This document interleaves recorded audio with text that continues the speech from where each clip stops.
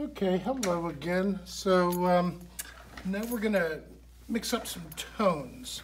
So with the tints, the light versions of colors, I asked you to mix color into white.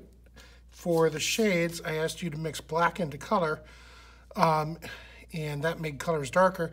Now we're going to make tones, and tones are grayed down or dulled down versions of color.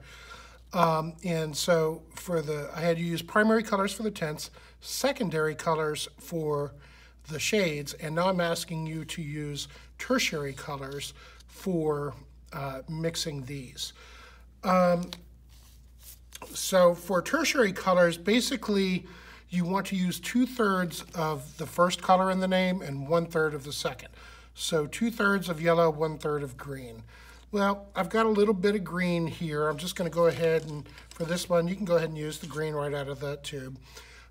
Again, I don't want to cross-contaminate the colors in my bottles here, so I'm going to pull some color out to work with. I'm going to pull out a little pile of yellow to work with, and you can use your brush or a little knife from your kitchen. I'm going to pull out a little bit of green to work with. I got a clean brush here that I'm going to use. And that's probably enough for now. When you're using your brushes, always try to use clean brushes that don't have paint left on them from other things. So I'll mix up my yellow-green in just a minute. But for the first way of making tones, there's two different ways. One is to use a gray. One is to use the colors complement. I'm going to mix up a gray first. In this gray, I think I'm going to go ahead and mix up a lighter gray to use for this.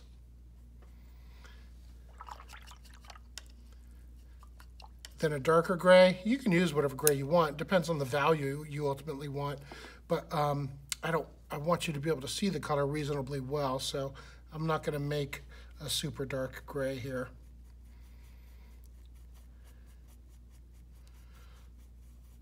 So there we go. That's a light gray. Like I mentioned before, another thing to keep in mind with acrylic paint is that acrylic paint tends to dry darker than it looks while it's still wet. So you usually want to mix up your colors 10 to 20% lighter than you think you want them to look when everything's said and done. Okay, maybe I'll go a little bit darker. There we go, that's a decent gray there. So it's just black and white. More than one way to make gray, but black and white is the most straightforward and easy way. Kind of pull this together into a little pile, try to anyway. This acrylic paint, like I mentioned before, is pretty thin stuff. It's not the highest quality acrylic that you can buy.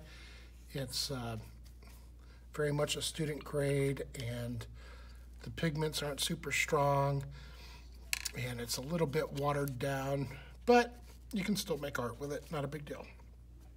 I've got my gray. Now I'm going to make my yellow-green. Now remember, when you're mixing these tertiary colors, think of it as a fraction. 2 parts yellow, 1 part green for yellow-green. 2 parts blue, 1 part violet for blue-violet. 2 parts red, 1 part orange for red-orange. So here I've got the yellow, and I'm just going to kind of guesstimate. This is going to be about 1/3 of what's in there. So yellow-green is going to be a brighter green, a warmer green. So you can already see that that's brighter and warmer than that. So that's a decent yellow-green. So I'm going to go ahead and pop this in here, applying it. Again, I like to use a flat brush. Try to squeeze that out. I'm going to add just a touch of gray. Now, why would we want to add gray to colors? Why would we want to create tones? Well, not everything in the world is saturated.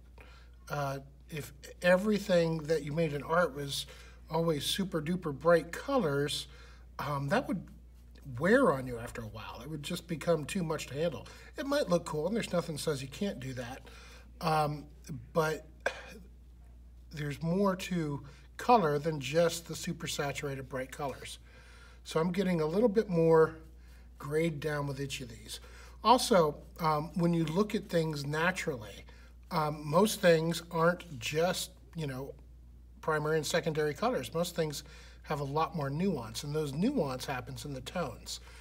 The tones, if you see a red apple, the area of the apple that's in shadow is probably, if you're painting that or even photographing it, the color itself is going to be more of a tone than it is a saturated color.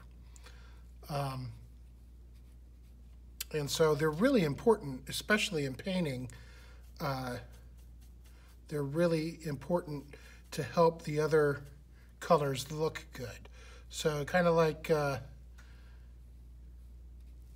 you had two siblings and one sibling was kind of average looking, but the other sibling was really unattractive. I don't mean to be mean to anybody here, but the average looking one, if you put them next to the really attractive one, is suddenly, or next to the very unattractive one, is suddenly going to look more attractive by contrast. And tones kind of do that for us. The contrast of the dulled color next to the bright color, I'll put a little bit over here so you can see. So this dull color next to this bright color makes that bright color stand out more. So that's the purpose of using tones. A lot of good reasons for them.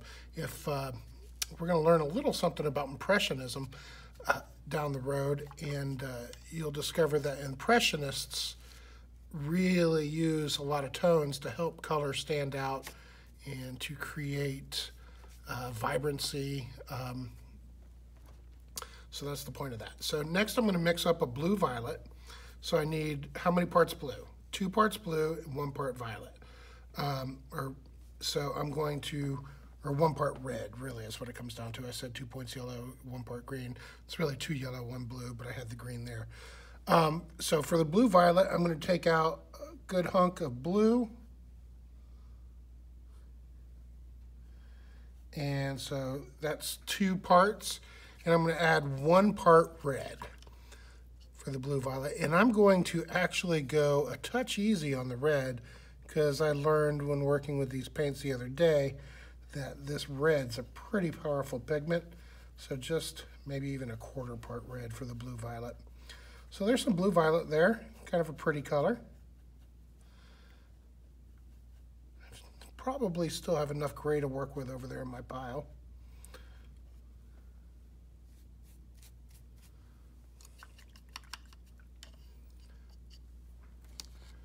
So again, clean brushes. I know it's a pain to constantly clean your brushes, but if you don't want your colors to get muddy and impure, it's a good thing to do. So I'm going to take some of my blue-violet, paint that on there.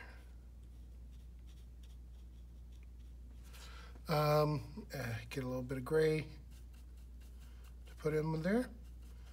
Starts to dull it down a touch.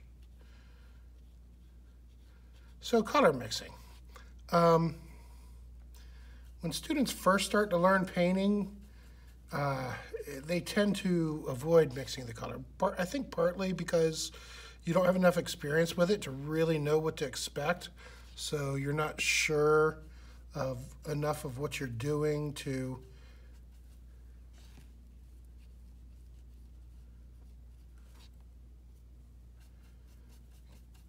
trust the results or know what's going to happen. But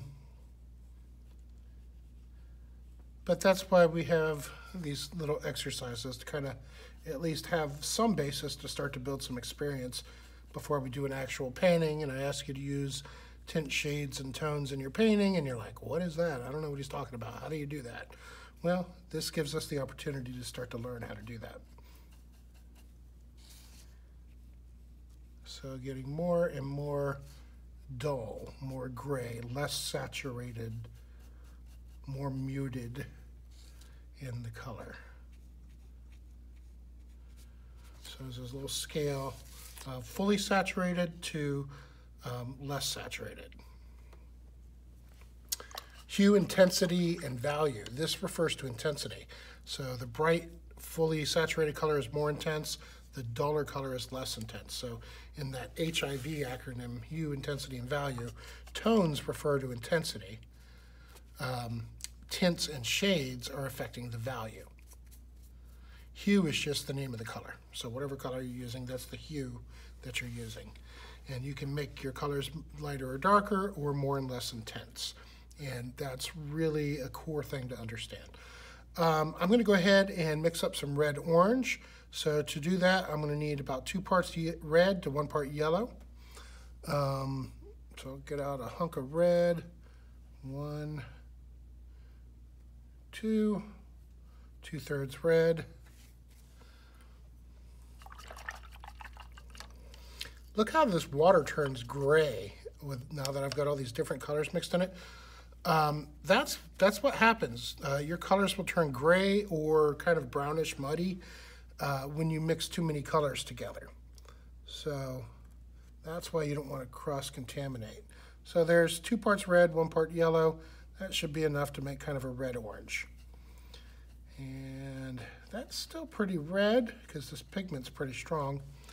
I'm going to grab a touch more yellow out of here.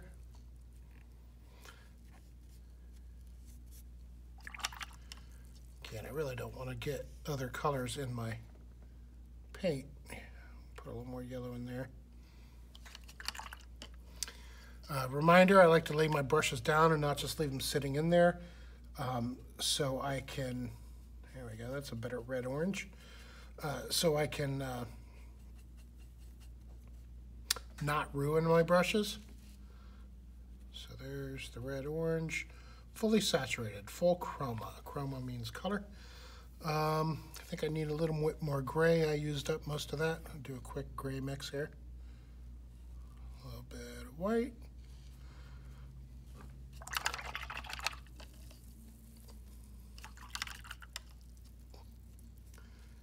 A bit of black.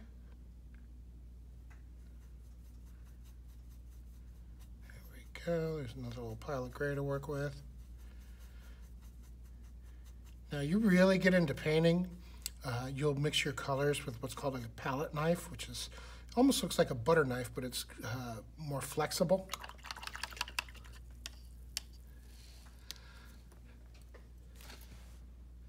Add a little bit of this gray to the red to start to tone it down.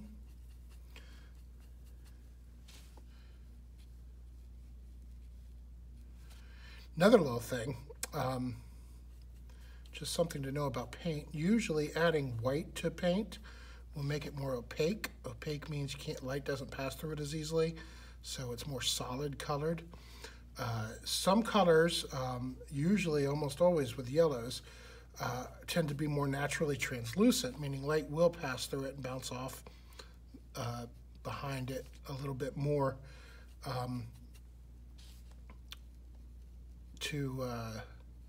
and it can be good for layering colors, because sometimes you want to see the color that's behind the color you're using.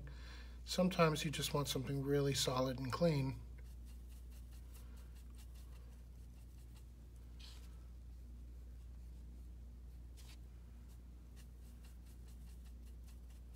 There we go. So again, dull red versus saturated red. Put another little pop of this red next to there so you can see the difference. Dull, saturated, still red, or red-orange anyway. So that's method 1 for mixing tones. You can just tone things down by mixing some gray into it. Method 2, and this is one of my favorite methods, and this is was what was done by the Impressionists, which were an art movement in the late 1800s and early 2000s, or 1900s rather,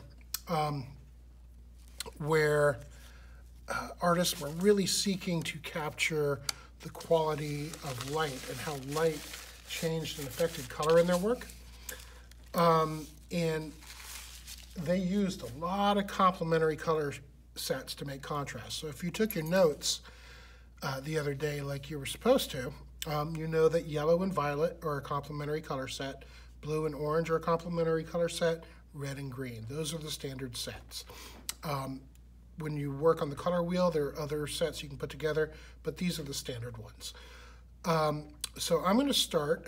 I need a violet here. This was a blue violet. I'm going to add just a little bit more red to make it a straight violet. I've still got this to work with, so put in a little more red. That red's pretty good. That's a pretty good violet there, I think. So I've got violet. Now you get some really interesting colors when you mix complements. And technically, by definition, complements will neutralize each other. They'll make each other turn to gray. It's not a perfect gray. You'll get kind of tones of gray with that still have some color cast to them. So on this side, I'm going to start with yellow. Nice, fully saturated color. But if I take a touch of this violet and put it into the yellow, it starts to dull that yellow, but it also creates some really other interesting color with it. It's hard to describe it. It is a duller color. It is a grayer color. But these colors really can be kind of beautiful in their own right. And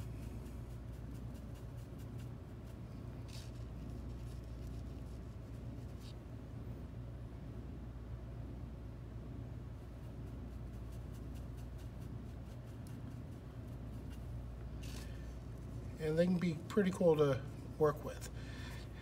And when you're painting, especially when you're doing realism, whatever the color of the thing is, when you mix the complement into the shadows, that starts to make things look more natural. The complement in the shadows is really kind of a big deal.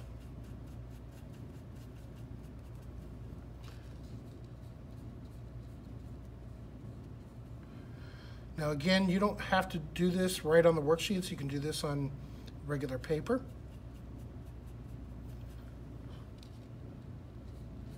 So from yellow to violet, and these colors in between are the tones. Violet's a color, yellow's a color, but where we've mixed these in between there, those are tones. I'll go ahead and do this for blue and orange. Get a clean brush to pull out some more color. Pull out some blue, blue, blue, blue. You'll see some cool graffiti videos that are animated. Go check out Blue Blue, B-L-U, B-L-U on YouTube. Kind of amusing. It's a guy that does graffiti art on, you know, brick walls and buildings and stuff, but does stop-go animation, taking a photo of each stage and changes it as he goes along and then animates it all. So this was a red-orange. I'm going to make it more of a regular orange by adding some more yellow to it. There we go. Pretty much a straightforward orange there. I like it. I'll just go ahead and start on the orange side here since my brush is loaded. So there's some orange. Add a touch of blue to it.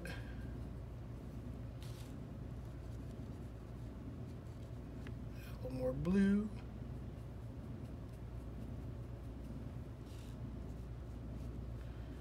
So these colors are said to be grayed or toned down when we mix these complements.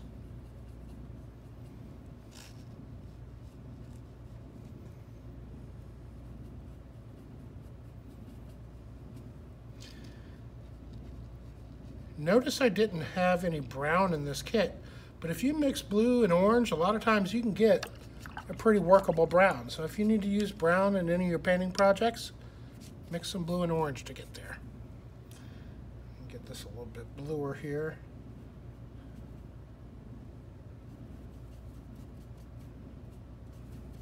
A little more blue. And a little bit more blue.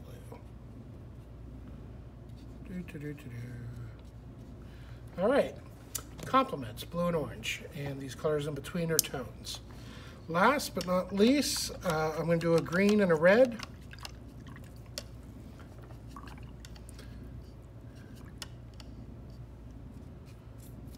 So I need a little bit of red on my palette. I don't have any straight red.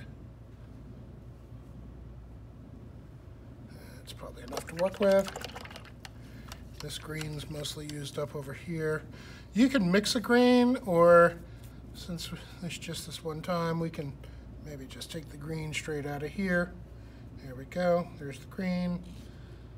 Brush is loaded, so I'll just start there. So fill in some green, get a little dot of red. Now, depending on the green and red you use, some greens and reds can mix together to make a really nice black.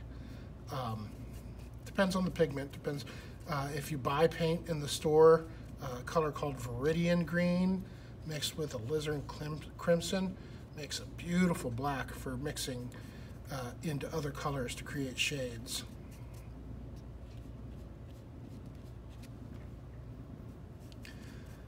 But look at all these different colors that I have here just from these 5 primary colors. So, and of course with each of these, I can also change the value, make them lighter, make them darker.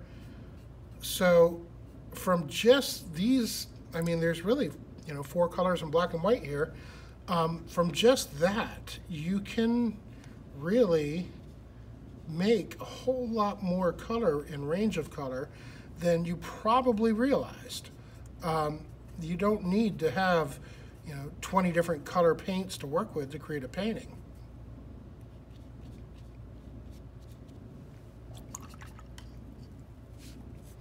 Because you can just mix up the things that you need to do it. A little bit sloppy there, but so there we go. So tones.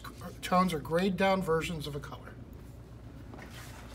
2 methods. One is add gray, the other is to mix complements.